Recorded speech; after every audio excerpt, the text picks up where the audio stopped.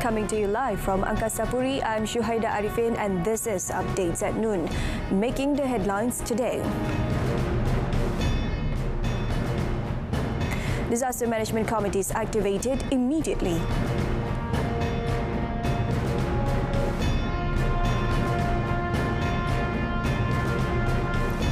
KCOM expedites distribution of Peranti Siswa devices.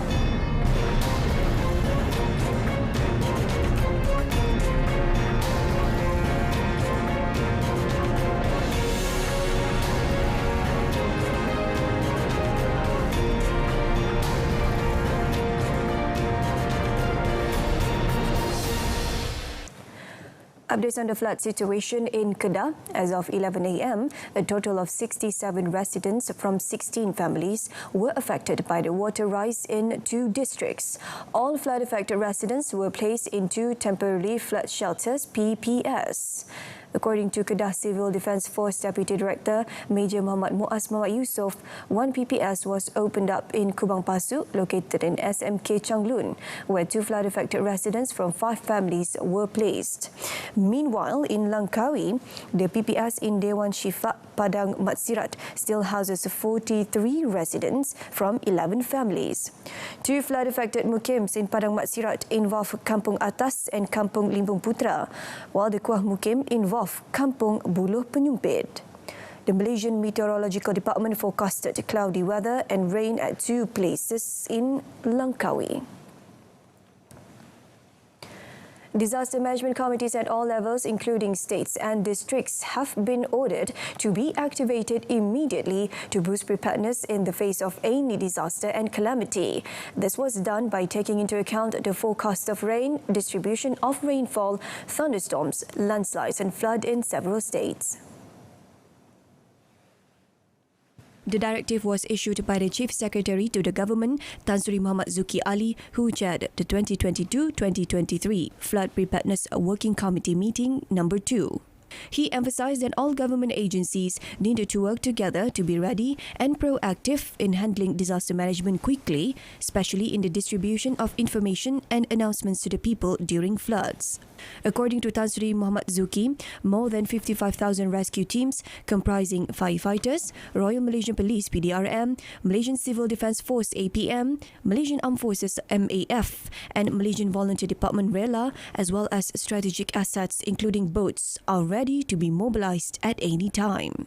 More than 11,000 public premises throughout the country, including schools, public halls and mosques, have been registered as Temporary Relief Centre PPS for disaster victims and also storage depot for relief assistance.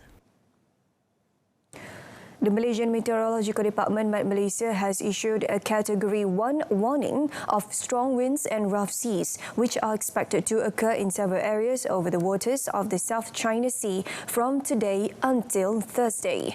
The public is reminded to prepare for any possible scenario that may arise as a result of the phenomenon. According to Minister of Environment and Water, Datuk Seri Tuan Ibrahim Tuan Man, this is due to the tropical storm Nasat northwest of the Philippines is moving west towards Hainan Island, China. But Malaysia has also issued a continuous rain warning for Sarawak, Sabah and Labuan until 18 October. Met Malaysia said in a statement yesterday that strong winds with speeds of up to 40 to 50 kilometers per hour and waves up to 3.5 meters high are expected to occur in the waters of Timor Condor, Reef North, Layang-Layang, Palawan and Labuan. Residents can be updated on the latest weather information through the official Met Malaysia website and social media, My Cuaca mobile application, as well as the hotline at 1300 22 16 38. The Election Commission EC has received notification letters regarding the dissolution of the 14 state legislative assemblies of 3 states from their respective speakers. EC Secretary Datuk Ikmaruddin Ishak said the Commission received the letters from Pahang, Perlis on 14 October and from Perak yesterday. In a statement, he said the important dates of the elections for 3 states will be discussed simultaneously at the EC special meeting held on 20th October. Pahang, Perlis, Perak choose to dissolve their state assemblies following the announcement of the parliament's dissolution by Prime Minister Datuk Seri Ismail Sabri Yaakob on 10th October, paving the way for the 15th general election. There will be 42 state seats contested in Pahang, 15 state seats in Perlis and 59 state seats in Perak. The Communications and Multimedia Ministry will expedite the distribution of devices under the Keluarga Malaysia Student Device Program nationwide.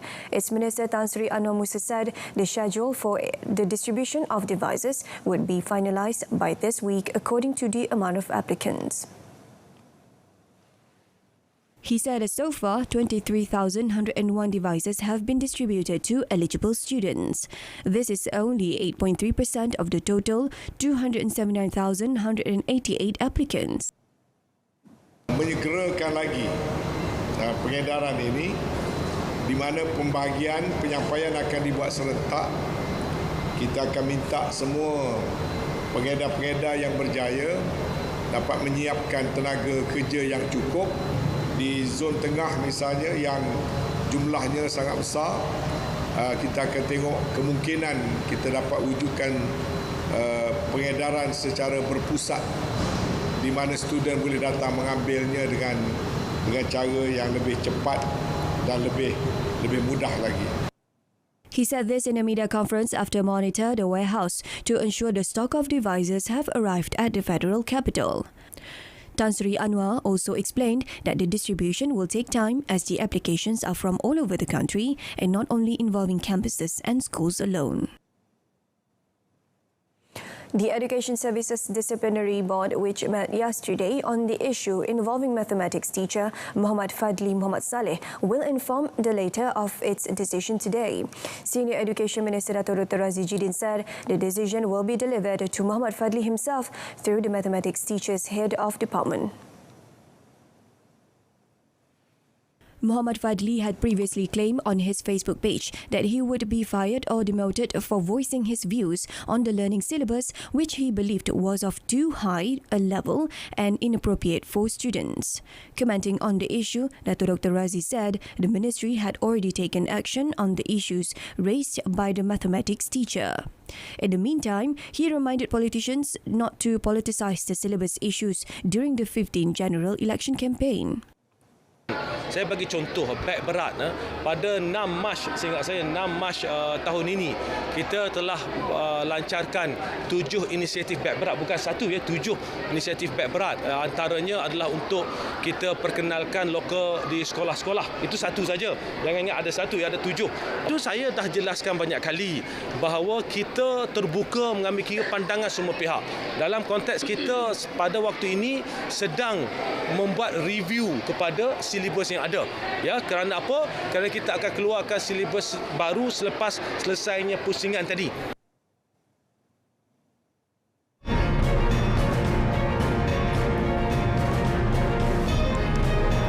Still to come, 8 items listed in the Pabali Maximum Price Scheme. Stay tuned.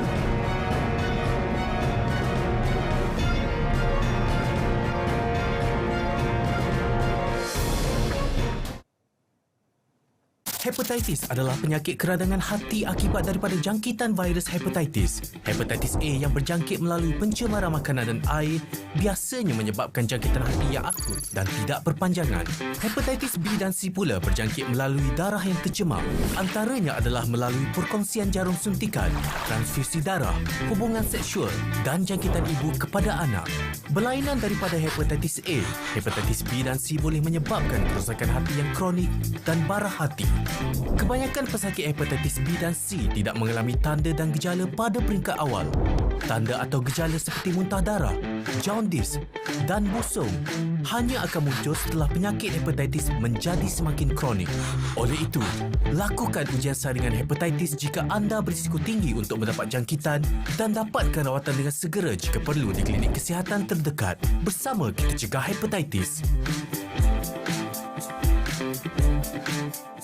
Ministry of Domestic Trade and Consumer Affairs KPD and HEP has listed 8 items under the Deepavali 2022 maximum price scheme, which would take effect from 20th until 26 October.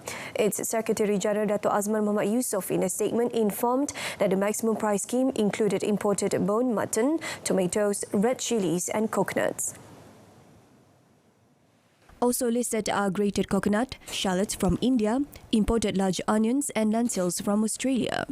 Dato' Azman said this control period is in accordance with the current situation, which is to create a win-win situation for consumers and traders.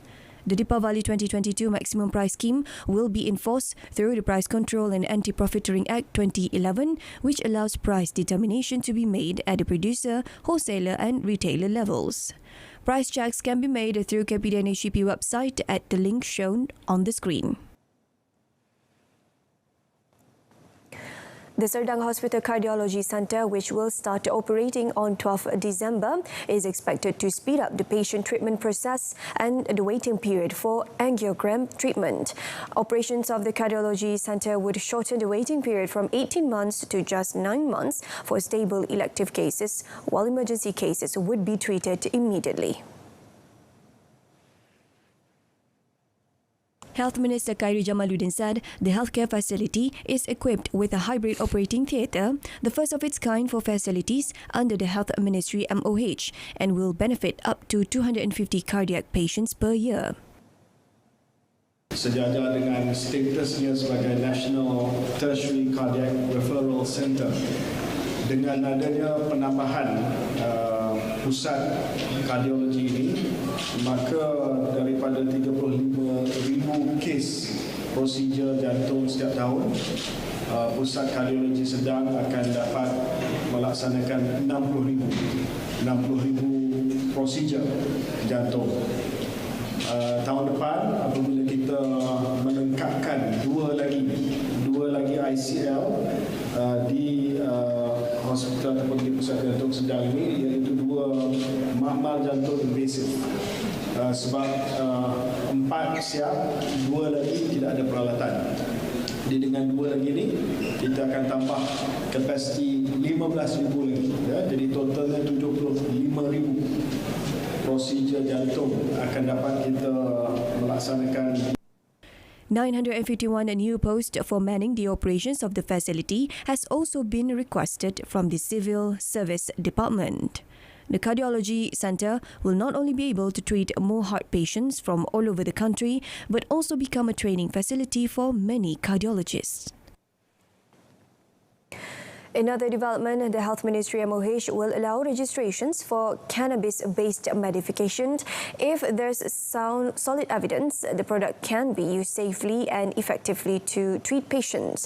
According to Khairi, the Institute for Clinical Research ICR under the National Health Institute was conducting reviews and discussions with experts, especially in the fields of ecology and palliative care. Dan juga pakar-pakar yang terlibat dalam perkhidmatan yang diberi untuk condition-condition yang tertentu, ya, seperti multiple sclerosis, epilepsi dan sebagainya. Dan mereka sedang review, semak data daripada negara luar dari segi keberkesanan dan keselamatan penggunaan cannabis untuk indication tertentu. Sekiranya kita dapati selepas ICR selesai proses semakan ini dengan pakar-pakar bahawa untuk indikasi yang tertentu memang ada bukti yang kukuh yang menunjukkan bahawa cannabis boleh digunakan dan ia selamat dan berkesan, maka kita boleh buka untuk pendaftaran bagi indikasi yang tertentu. Khairi reiterated that it was vital to ensure local experts are satisfied that cannabis could be used for certain conditions. Islamic tourism should be recognised and supported just like other tourism industries. According to Minister of Tourism, Arts and Culture, Datuk Seri Nancy Shukri, supporting the industry would involve policymakers, authorities, tourism boards, stakeholders, investors as well as the media.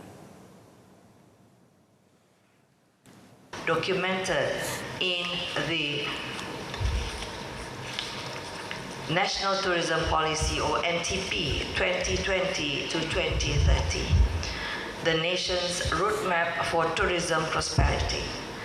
Backed by carefully planned transformative strategies that include strengthening governance capacity, creating special tourism investment zones, embracing smart tourism, enhancing demand sophistication, practicing sustainable and responsible tourism, and upskilling of human capital. She said this at the World Islamic Tourism Conference, which entered its third edition, taking place starting yesterday until 19 October at the Kuala Lumpur World Trade Center. The Muslim tourism industry accounts for around 20% of Malaysia's tourist arrivals and earnings. The conference would allow for opportunities to empower Islamic tourism to further complete the national tourism industry and boost the economy. The Road Transport Department JPJ will tighten the initial conditions and inspections towards the security specifications before making any approval for motorsport events. Its Director General Datuk Zalani Hashim said this extends to technical aspects such as ensuring the vehicle's engines are in good condition and are up to par with the department's safety standards.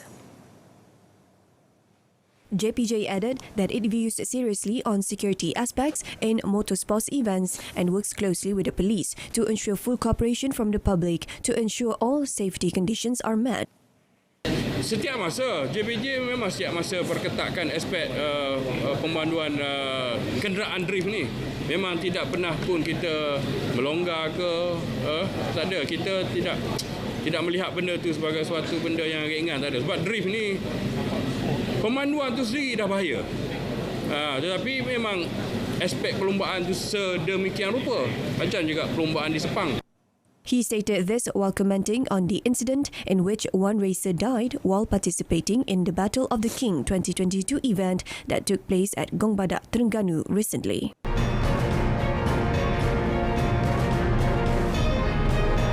Next in sports, Terengganu Polygon Cycling Team TSG rider Muhammad Nur Aiman Muhammad Zarif needs to be more careful or risk losing his King of the Mountain red jersey with one race to go in the Le Tour de Langkawi LTDL today.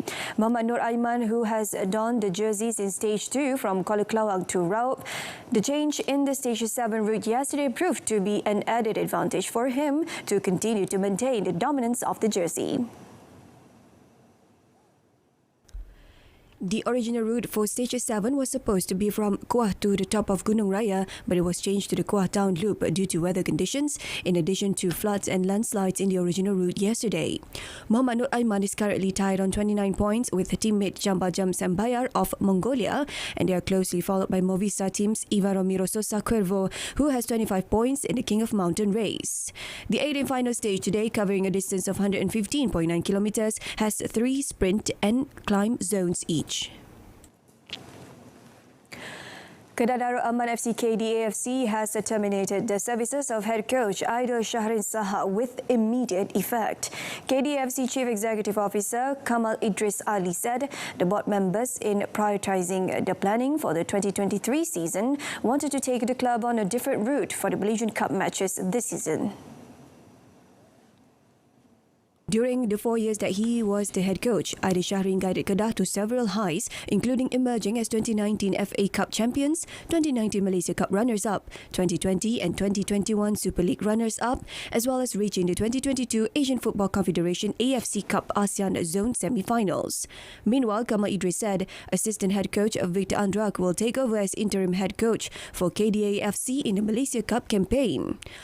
According to the fixtures, KDAFC will begin their Malaysia Cup campaign against Negeri Sembilan at the Darul Aman Stadium before travelling for the return leg the following week.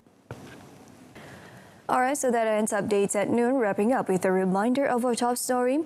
Disaster management committees activated immediately. Tune in to news at 10 coming up at 10 p.m. on Berita RTM. Till then, I'm Syahada Arifin. Stay tuned to TV2.